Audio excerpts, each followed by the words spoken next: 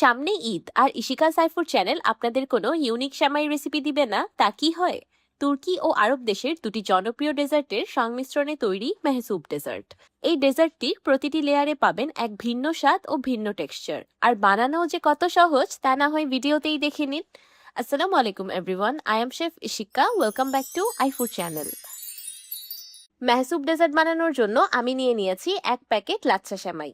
ওজন হিসাব করলে এখানে প্রায় 250 গ্রাম লাচ্ছা সেমাই আছে। আমি সেমাইগুলোকে হাতের সাহায্যে হালকা ভেঙে নিয়েছি। এবার সেমাইয়ে দিয়ে দিচ্ছি 4 টেবিল চামচ পাউডার চিনি। এবার চিনি আর সেমাই একসাথে আলতো হাতে মিক্স করে নিব। আমি দানাদার চিনি ব্লেন্ডারে ব্লেন্ড করে পাউডার করে এখানে ব্যবহার করেছি। এবার হাফ কাপ ঘি অল্প অল্প করে অ্যাড করে লাচ্ছা সেমাইগুলো খুব ভালোভাবে ঘিয়ে মাখিয়ে নিব। আপনারা ইচ্ছে করলে এখানে ঘিয়ের পরিবর্তে বাটারও ব্যবহার করতে পারবেন, কোনো অসুবিধা নেই। সেমাইগুলো খুব ভালোভাবে ঘিয়ে মাখানো হয়ে গিয়েছে। মেহসুব ডেজার্টটা বানানোর জন্য আমি একটি 20 সেন্টিমিটারের রাউন্ড শেপের মোল্ড নিয়ে নিয়েছি। আমি অল্প একটু ঘি বাঁচিয়ে রেখেছিলাম মোল্ডটাকে গ্রিস করার জন্য, সেই অবশিষ্ট ঘি দিয়েই মোল্ডটাকে গ্রিস করে নিলাম। এবার ঘিয়ে মাখানো সেমাইগুলো মোল্ডে খুব ভালোভাবে সেট করে নিব। আপনাদের হাতের কাছে এমন কোনো মোল্ড অ্যাভেলেবেল না থাকলে কোনো অসুবিধা নেই, আপনারা এখানে যে কোনো হিটপ্রুফ বাটিও ব্যবহার করতে পারবেন। আমি প্রথমে মোল্ডের নিচে একটা মোটা সেমাইয়ের লেয়ার দিয়ে সেট করে নিয়েছি। এবার মোল্ডের সাইডটাকেও একটা মোটা সেমাইয়ের লেয়ার দিয়ে সেট করে নিব। সেমাইগুলো অবশ্যই হাত দিয়ে জোরে প্রেস করে করে সেট করতে হবে, না হলে পরবর্তীতে এই সেমাইয়ের বাটিটা ভেঙে যেতে পারে। দেখতেই পাচ্ছেন আমি সেমাইগুলো মোল্ডে কত সুন্দরভাবে সেট করে নিয়েছি। এবার মোল্ডের উপর বসিয়ে দিলাম আরেকটি ছোট মোল্ড। এভাবে সেমাইয়ের উপর একটা মোল্ড চাপা দিয়ে বেক করলে বেকিং এর সময় সেমাইয়ের লেয়ারটা ভেঙে যাওয়ার কোনো সম্ভাবনা থাকবে না। এবার প্রিহিটেড ওভেনে 200 ডিগ্রি সেলসিয়াসে সেমাইটাকে বেক করে নিব 30 মিনিটের মতো। ওভেন স্পেসিফিকেশন অনুযায়ী টাইম এন্ড টেম্পারেচার ভ্যারি করতে পারে। 30 মিনিট পর সেমাইয়ের লেয়ারটা পারফেক্টলি বেকড। উপর থেকে মোল্ডটা সরিয়ে আমি আরো 2 মিনিটের মতো বেক করে নিয়েছি, যেন খুব সুন্দর একটা কালার আসে। আচ্ছা, এখানে ওভেন দেখে ভয় পাওয়ার কোনোই কারণ নেই, কারণ আপনারা ইচ্ছে করলে এটা চুলাতেও বেক করতে পারবেন। কিছুদিন আগেই আমার চ্যানেলে চুলায় পারফেক্ট কুনাফা তৈরির রেসিপি শেয়ার করেছিলাম, আপনারা ইচ্ছে করলে সেটা দেখে আসতে পারেন যে চুলায় এটা কিভাবে বেক করতে হবে। তাহলে এই সেমাইয়ের লেয়ারটা ঠান্ডা হতে থাক, এই সময় মাঝখানের দ্বিতীয় লেয়ারটা তৈরি করে নিই। একটি ফ্রাইং প্যানে নিয়ে নিয়েছি 2 কাপ লিকুইড দুধ। এবার দুধে দিয়ে দিচ্ছি হাফ কাপ সুজি আর হাফ কাপ চিনি। এবার উইক্সের সাহায্যে সবকিছু একসাথে খুব ভালোভাবে মিক্স করে নিব। সবকিছু একসাথে খুব ভালোভাবে মিশিয়ে নেওয়ার পর আমি চুলার ফ্লেমটাকে অন করে দিয়েছি। এবার চুলার মিডিয়াম হিটে অনবরত নেড়ে চেড়ে মিশ্রণটাকে রান্না করতে থাকবো ঘন হয়ে যাওয়া পর্যন্ত। যেহেতু সুজি অ্যাড করা হয়েছে তাই মিশ্রণটা খুব দ্রুতই ঘন হয়ে আসবে। আচ্ছা, আপনারা ইচ্ছে করলে এখানে আপনাদের পছন্দ অনুযায়ী যে কোনো ফ্লেভারিং অ্যাড করতে পারেন, যেমন ভ্যানিলা এসেন্স বা এলাচের গুঁড়ো, কিন্তু আমি এই লেয়ারটাকে সিম্পলি রেখেছি যেন একটা ন্যাচারাল দুধ সুজির ফ্লেভার আসে। এটাকে এর থেকে বেশি ঘন করা যাবে না, তাহলে কিন্তু মাঝখানের লেয়ারটা বেশি শক্ত হয়ে যাবে।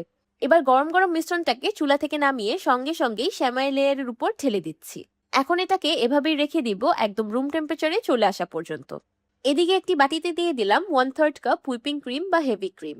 পারফেক্ট হোমমেড হুইপিং ক্রিম তৈরির রেসিপি আপনারা আমার চ্যানেলেই পেয়ে যাবেন। রেসিপি লিংক আমি আমার ইউটিউব চ্যানেলের এই ভিডিও ডেসক্রিপশন বক্সে দিয়ে দিব। এবার একটি ইলেকট্রিক হ্যান্ড বিটারের সাহায্যে ক্রিমটাকে খুব ভালোভাবে হুইপ করে নিব। আপনাদের হাতের কাছে হ্যান্ড বিটার অ্যাভেলেবেল না থাকলে আপনারা এই ক্রিম হুইপিং এর কাজটা ব্লেন্ডারেও করতে পারবেন। ক্রিমটাকে স্টিফলি হুইপ করে নিয়েছি। এবার ক্রিমটাকে একটি পাইপিং ব্যাগে ফিল করে নিব। এইদিকে মেহসুব ডেজার্ট সম্পূর্ণ রুম টেম্পারেচারে চলে এসেছে। দেখতেই পাচ্ছেন মাঝখানে সুজির লেয়ারটাও প্রপারলি সেট হয়ে গিয়েছে। এবার উপর থেকে দিয়ে দিচ্ছি হুইপড ক্রিম। আপনাদের হাতের কাছে এমন পাইপিং ব্যাগ অ্যাভেলেবেল না থাকলে আপনারা সরাসরি চামচ বা স্প্যাচুলা দিয়েও এই লেয়ারটা করে নিতে পারেন। লাস্ট লেয়ারটা দেওয়ার পর আমি ডেজার্টটাকে আধা ঘন্টার মতো ফ্রিজে রেখে দিয়েছিলাম।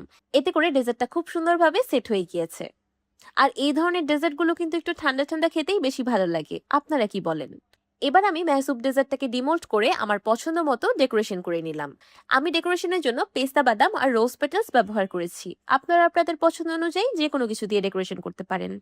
এখন আপনারাই বলুন, এমন ইউনিক একটা ডেজার্ট রেসিপি আগে কোথাও দেখেছেন কি?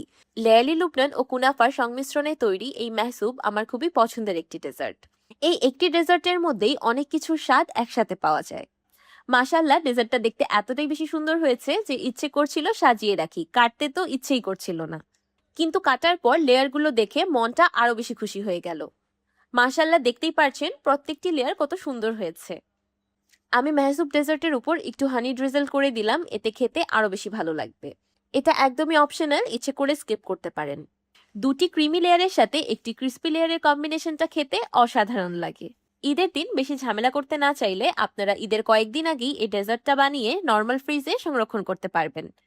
ডেজার্টটা বানানোও কিন্তু একদমই কঠিন না, খুবই বেশি সহজ, আর উপকরণগুলো সবার হাতের কাছেই থাকে। তাই কোনো রকম বাহানা দিলে চলবে না, এবারের ঈদে আপনাদের বানাতেই হবে এই মেহসুব ডেজার্টটি। আমার আজকের এই ঈদ স্পেশাল মেহসুব ডেজার্ট রেসিপিটি আপনাদের কাছে কেমন লাগলো আমাকে অবশ্যই কমেন্ট করে জানাবেন। ভিডিওটি ভালো লাগলে একটি লাইক দিবেন আর আমার চ্যানেল সাবস্ক্রাইব করে আমার চ্যানেলের পাশেই থাকবেন। আল্লাহ হাফেজ।